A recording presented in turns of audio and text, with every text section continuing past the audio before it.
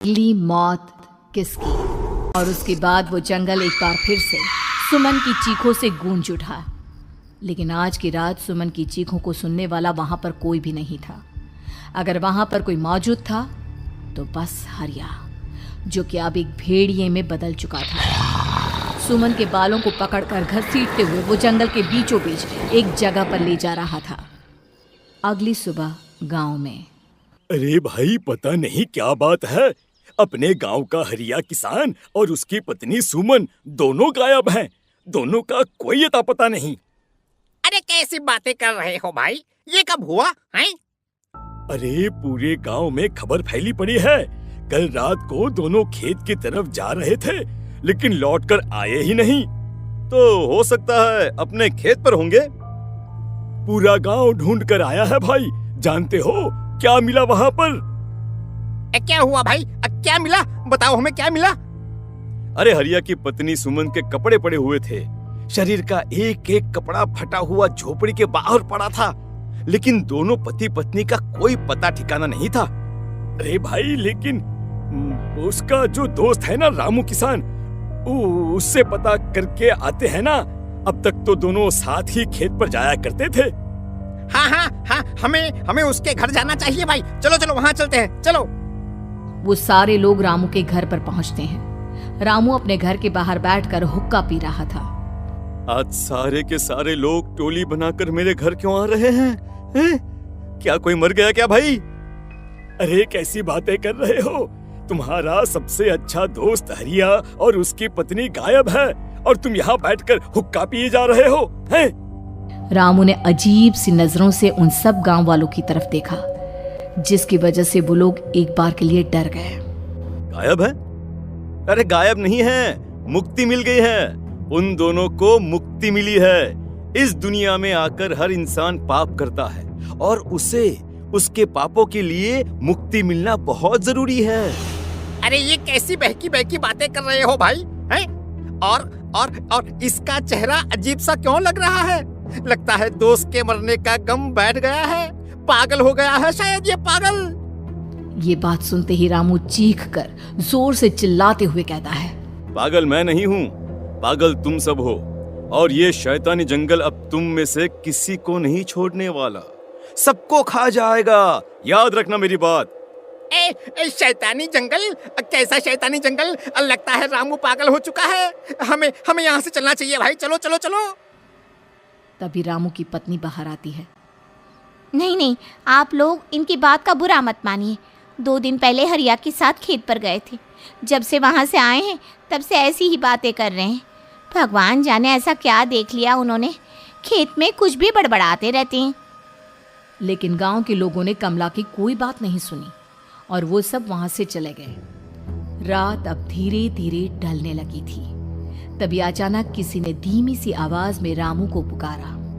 रामू, आ जाओ, मैं तुम्हारा इंतजार कर रहा हूँ। और सुनो, अपनी पत्नी को साथ लेकर आना, नहीं तो काम अधूरा रह जाएगा। ये आवाज सुनते ही रामू के चेहरे पर शैतानी मुस्कुराहट आ जाती है। वो धीमे कदमों से अपने घर के अंदर आता है। क्या हुआ?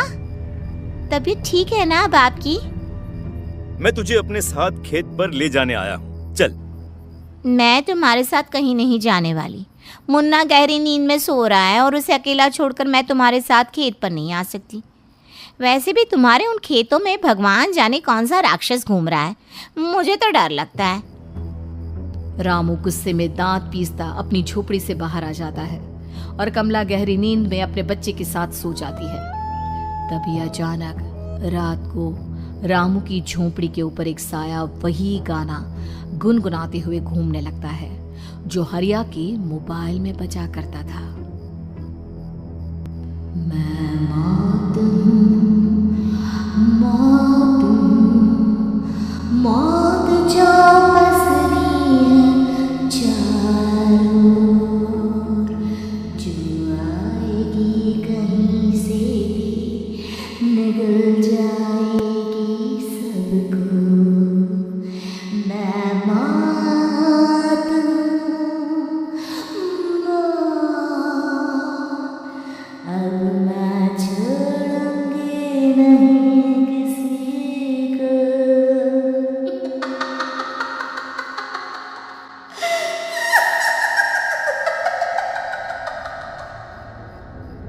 हे दोस्तों, गीगल बॉक्स को सपोर्ट करने के लिए आपका बहुत बहुत धन्यवाद। ये आवाज सुनकर रामू की पत्नी कमला की आंख खुलती है और वो देखती है कि उसका मुन्ना अपनी जगह से गायब था। कमला चीखते हुए बाहर दौड़ कर आती है। वहां पर उसने देखा कि रामू ने अपने बच्चे को झोपड़ी के बाहर एक पेड़ से उल्टा लटकाया हुआ था और उसका बच्चा चीख चीख कर रो रहा था। वहीं दूसरी तरफ एक साया बच्चे के ठीक नीचे आग जलाकर उसके चारों तरफ हैवानों की तरफ नाच रहा था। छोड़ दो मेरे बच्चे को। अरे क्या कर रहे हो तुम? शर्म नहीं आती तुम्हें अपने ही बच्चे को इस तरह मौत के हवाले करते हुए? अपना बच्चा? किसने कहा ये मेरा बच्चा है?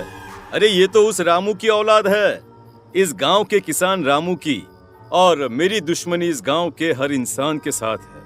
क्या कैसी बात कर रहे हो तुम? और ये औरत कौन है? ये मेरे बच्चे को खा जाएगी। तभी अचानक से उस साया ने एक बेहद खतरनाक दिखने वाली औरत का रूप ले लिया और उसकी आंखों से आग निकल रही थी। सही पहचाना तूने, मैं तेरे बच्चे को खा जाऊंगी। अगर तू अपनी इस हैवान पति रामू के साथ जंगल नहीं आई तो मैं तेरे बच्चे को खा जाऊंगी। लेकिन क्यों?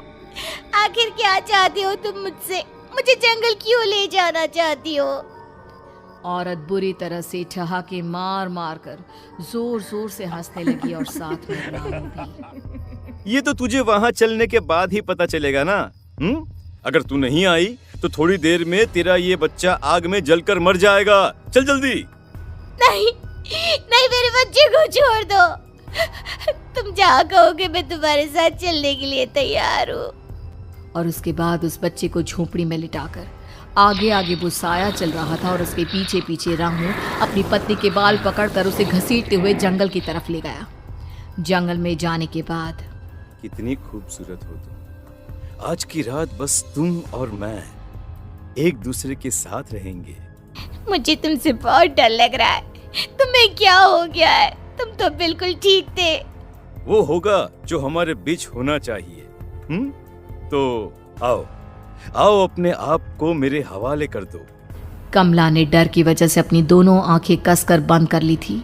रामू ने बुरी तरह से चीख कर कमला से कहा, आंखें खोलो अपनी और मेरी तरफ देखो। कमला ने जैसे ही अपनी आंखें खोली उसने देखा कि रामू एक खतरनाक खूनी हैवान में बदल चुका था। कौन हो तुम? जाने दो मुझे। क्या चाहते हो मुझसे? वही जो एक आदमी एक औरत से चाहता है। मैं तुम्हारा पति रामू नहीं, बल्कि इस जंगल का एक भेड़िया हूँ, और आज की रात तुम्हारे खून से अपनी प्यास बुझा जाऊं। और उसके बाद वो जंगल कमला की दर्दनाक चीखों से गूंज उठा। अगली सुबह कमला के कपड़े भी जंगल में उसी तरह पाए गए जैसे कि सुमन के पाए गए थे। इस घटना के बाद पूरे गांव में दहशत का माहौल था। अपने माँ बाप की मौत और गांव में हो रहे इस तरह की घटनाओं की खबर सुनकर किशन शहर से गांव लौट आया था। अपने माँ बाप की बेदर्द मौत की वजह से वो बहुत परेशान था। तभी अचानक उसे अपने घर में खाट के नीचे पड़ा हुआ वो मोबाइल फोन मिला जो उसने अपने पापा हरिया को गिफ्ट किया था। अरे कितने प्यार से पापा के लिए मोबाइल फोन लेकर आया था।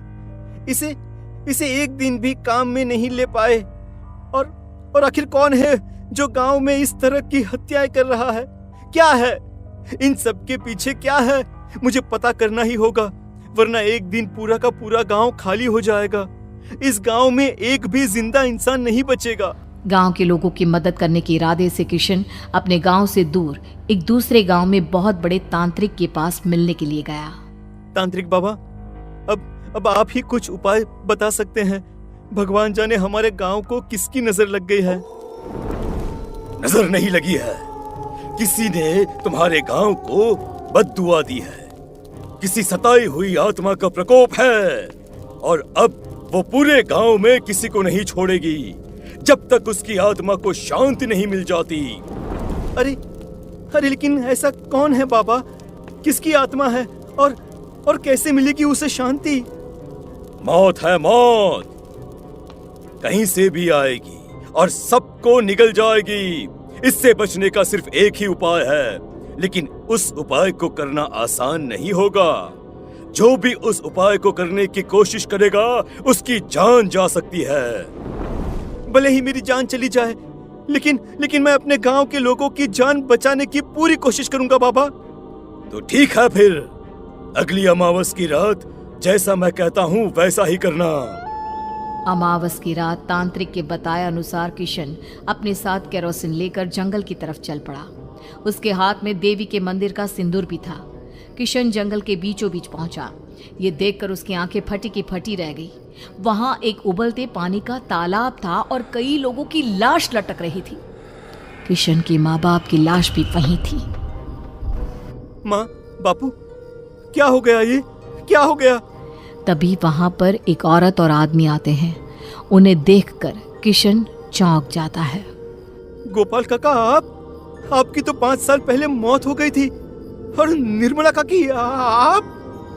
मौत तो हो गई थी, लेकिन तुम ये नहीं जानते कि हमारी मौत कैसे हुई थी। क्या कहना चाहते हैं आप? कुछ नहीं, बस ये जान लो कि अब इस गांव में कोई जिंदा नहीं बचेगा। लेकिन क्यों काकी? क्योंकि 5 साल पहले इन गांव वालों ने मुझे डायन बताकर पत्थर मार मार के मार डाला। मेरी कोई गलती नहीं थी। गांव का एक बच्चा क्या लापता हुआ, सारा इल्जाम मेरी पत्नी पे डाल दिया। और जब मैंने निर्मला की जान बचाने की कोशिश की तो मुझे भी मार डाला। आपके साथ ये बहुत गलत हुआ काकी, लेकिन आप जो कर रहे हैं वो भी सही नहीं है ना? तुम यहाँ से चले जाओ, वरना तुम भी नहीं बचोगे। हमारी आत्मा पिछले 5 साल से मुक्ति के लिए भटक रही है। चले जाओ यहाँ से। मौका देखकर किशन सिंदूर उन दोनों के ऊपर डाल देता है। उनका शरीर जलने लगता है और वो भयानक तरीके से चिल्लाने लगते हैं।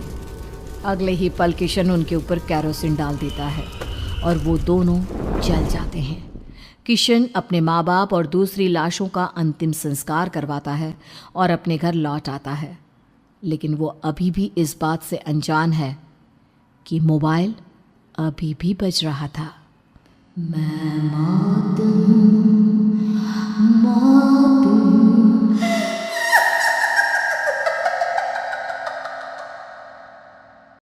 हे दोस्तों, गीगल बॉक्स को सपोर्ट करने के लिए आपका बहुत बहुत धन्यवाद। अगर आप चैनल पर नए हैं तो फटाफट सब्सक्राइब बटन पर क्लिक करें और नोटिफिकेशन की घंटी, बेल आइकन ज़रूर बजाएं ताकि हमारी लेटेस्ट वीडियो की जानकारी आपके पास सबसे पहले पहुंचे। हंसते रहिए और सपोर्ट करते रहिए।